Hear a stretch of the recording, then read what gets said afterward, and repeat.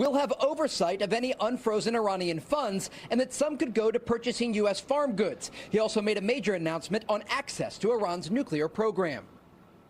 This is probably what we're most excited about as Americans. The Iranians have agreed to invite IAEA inspectors back into their country. That is a major milestone for the American people and the first step in permanently denuclearizing or permanently ending a nuclear weapons program in Iran. And that's exactly what we wanted to do. That's exactly what we asked to happen. Vice President wrapping up the first round of high-stakes talks in Switzerland, approving a roadmap aimed at reaching a final deal within 60 days. And good morning, I'm Dana Perino. Bill Hemmer is off today. I'm going to get my mouth working for you, my friend Monday. Bill Malugin. Great to have you here. Good morning to you. Great to kick off another week with you as well. I'm Bill Malugin. This is America's Newsroom. Vice President J.D. Vance is leading the U.S. negotiating team, aiming to solidify last week's memorandum of understanding. And just moments ago, you probably saw this, the vice president saying both countries have made some serious headway on many of the most contentious sticking points as they try to hammer out a final deal.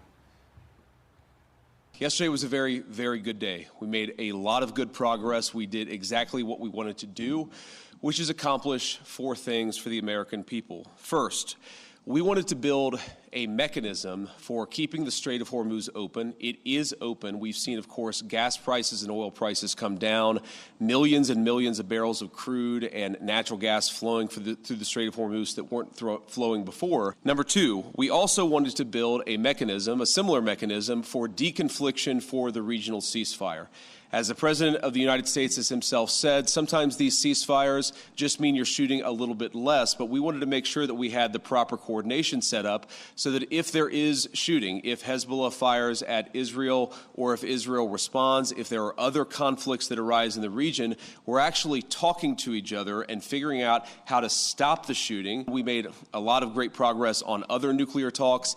And that leads me to the final thing that we wanted to accomplish, which is actually set up the process for the technical negotiations that will follow. And we have Fox team coverage. General Jack Keane standing by on the big picture, and Trey Yingst. He is live in Tel Aviv. That's where we begin. Hi, Trey. Good morning. Hey, Dana, good morning. High-level diplomatic talks wrapped up in Switzerland overnight, aimed at solidifying the memorandum of understanding and entering into the next phase of negotiations. Both Qatar and Pakistan released statements indicating that a committee has been formed to reach an understanding on this roadmap for technical talks over the next 60 days. A U.S. diplomat involved in the talks told Fox News some of the discussion was focused on clarifying the confusing messaging on the Strait of Hormuz to ensure it will remain open, adding that robust discussions on all elements of the nuclear deal are ongoing. This morning, Vice President J.D. Vance said the U.S., along with Qatar, will have some oversight over the unfrozen Iranian funds and that some could go to purchasing U.S. farm goods. He also made a major announcement on access to Iran's nuclear program. This is probably what we're most excited about as Americans. The Iranians have agreed to invite IAEA inspectors back into their country. That is a major milestone for the American people and the first step in permanently denuclearizing or permanently ending a nuclear weapons program in Iran. And that's exactly what we wanted to do. That's exactly what we asked to happen.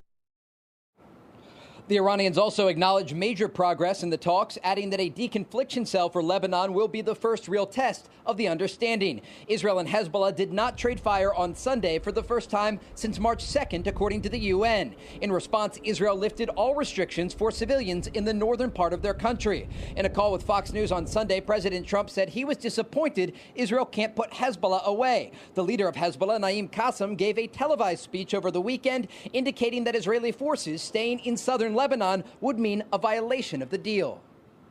There is no such thing as a ceasefire that grants Israel freedom of action. A ceasefire means a complete halt of hostilities by air, land, and sea. It means no demolitions, no consolidation of its presence in the occupied areas, no further advances in preparations for the withdrawal, which should take place according to a rapid, time-bound schedule.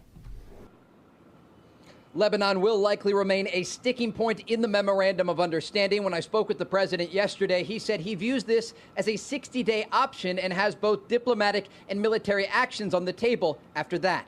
Dana? Trey Yanks, thank you so much. And let's bring in General Jack Keane. He's a Fox News senior strategic analyst. I've been looking forward to hearing your thoughts and how you size up the situation this morning. Well, great. I think that they're getting together now. We can finally clear up some of the confusion that I think was in the memorandum of understanding. That the first one that the vice president cleared up, and so did our president. And, you know, we read it, and it implied that after 60 days, the Iranians would have some kind of control with Oman over restrictions, admissions, administration of the Straits of Hormuz, which made no sense. The president over the weekend said that's nonsense, that's not going to happen.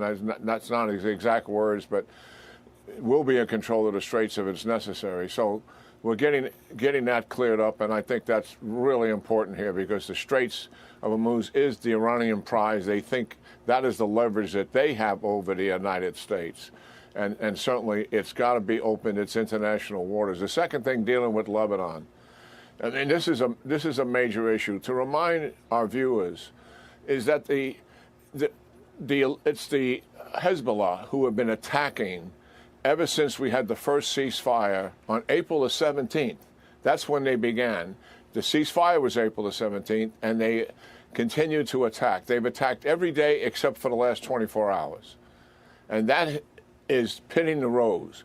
Israel is reacting to their attacking. And to challenge the Hezbollah leader here a little bit, the reason why Israel is in southern Lebanon is because Hezbollah, according to previous UN resolutions and agreements, they're not supposed to be in southern Lebanon. And we're there, Israel is there to make sure that they're not firing on Israel and to push them out of southern Lebanon. We have had an agreement to that fact for 48 years. The UN has 8,500 troops there right now. Can you imagine that? And are they enforcing anything? None. They're enforcing nothing. So whatever structure we put in to guarantee this doesn't continue to happen has to be pretty solid.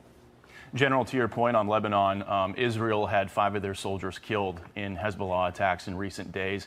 That's why they keep responding. And President Trump is now threatening Iran for what's happening in that area. He says, quote, on Truth Social, Iran must immediately stop their highly paid proxies in Lebanon from causing trouble. If they don't, we'll hit Iran very hard again, just like we did last week, only harder. In your opinion, is that a good enough incentive for Iran to get involved here and tell Hezbollah to cut it out, the threat of U.S. bombs falling once again?